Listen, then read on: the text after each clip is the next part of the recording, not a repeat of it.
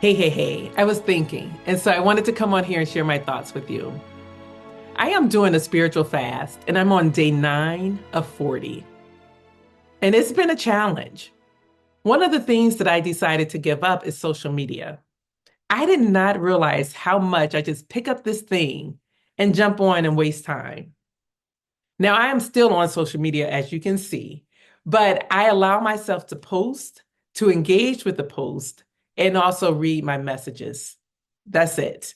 I'm not scrolling, I'm not wasting time. And it's so ironic how me giving up that has given me life. Like, seriously, it has given me my life back because now I have all this time to do the things that I want to do. And one of the things that I wanted to do is write a book.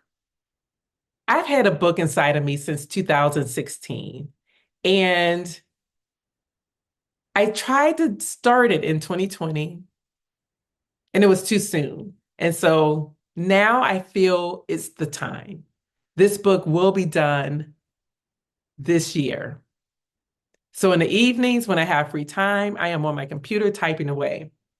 And I will say this, if you're someone who's thinking about writing a book, I don't suggest you use your computer to write your book. Take a notepad and pen and write it on out that way, and then transcribe it to the computer when you're ready to do the editing. It's a science behind it. I don't want to get into that because that's not what this is about. But I do have a book writing program. If you want to write a book, a nonfiction book, you can find information about it on my website, andreadcampbell.com. And I will say this because I used to do workshops on how to write a book. I would do them for free. And then years later, people still don't have a book. So I'm like, why am I doing this, sharing this information, and people still aren't utilizing the information to get their book out? Now, my writing program is for a nonfiction book. And I believe we all have a story that is worthy of being told. You never know who you can help by sharing your stuff. But that's not why I'm here today. So let me get back to why I'm here. So, as I said, with the time that I have reclaimed in my life, I have been working on a book and it will be done this year. But the other thing that I've been doing is reading more. Last year, I did quite a bit. I can't remember what my number was for the number of books that I read, but it was a good amount. But I had a friend who did like 96. I had another one who did like 120. That's not me. I don't have that time. I don't, I watch TV a little too much to do that. TV is now not being watched, so I can read a little bit more, but I still won't get to that. But I am reading this book now called James. It's written by Percival Everett, and it is the adventures of Huckleberry Finn reimagined. It is told from the enslaved person's point of view, and that is James. But there is something that I wanted to share. When I was reading this book, it was a situation where Huck and James ran into these two guys who seemed to be like con people.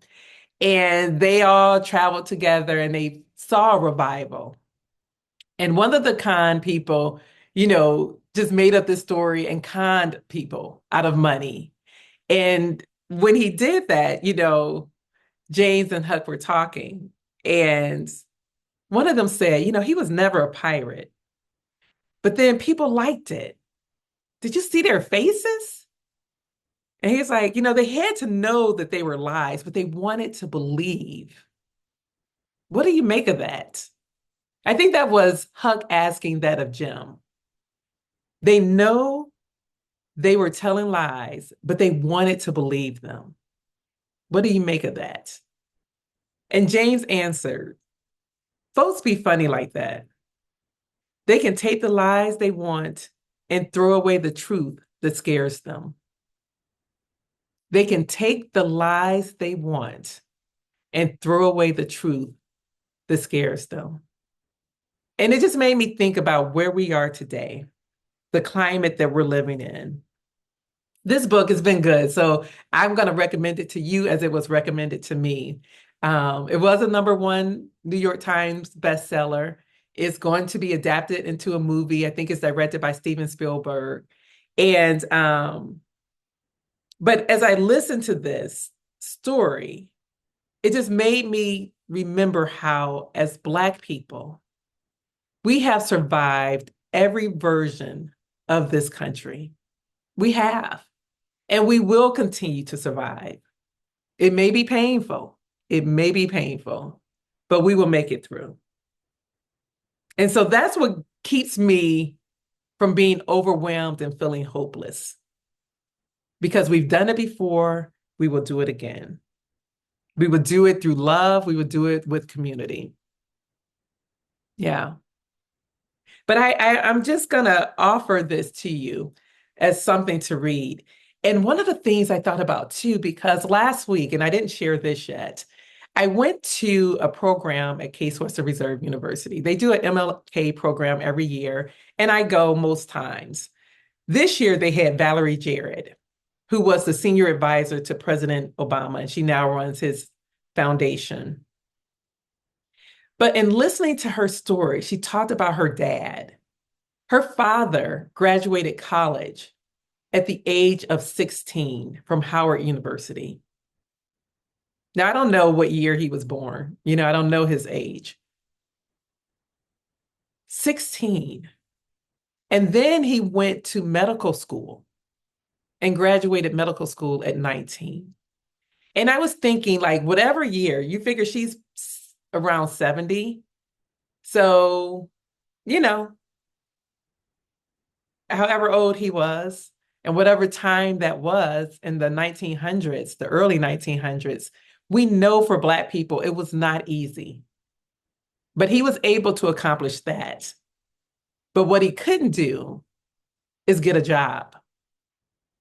He had to literally move his family to Iran and open up a hospital there with people. And then he was able to get a fellowship and go to London. And then from London went back to Chicago. So she was born in Iran because of how this country was and how it seems to be wanting to go back to.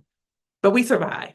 We survived and still did amazing things. And so that made me feel good. I may come back and do a video on that experience with her. I did have an opportunity to talk to her briefly. I didn't have a book for her to sign, but I was like, I'm not going to miss the opportunity to have a conversation because I think she's dynamic. I heard her last year when she spoke for the Cleveland Foundation, and here we are again. So, but yeah, we will survive. I guess that's the whole gist of all of this.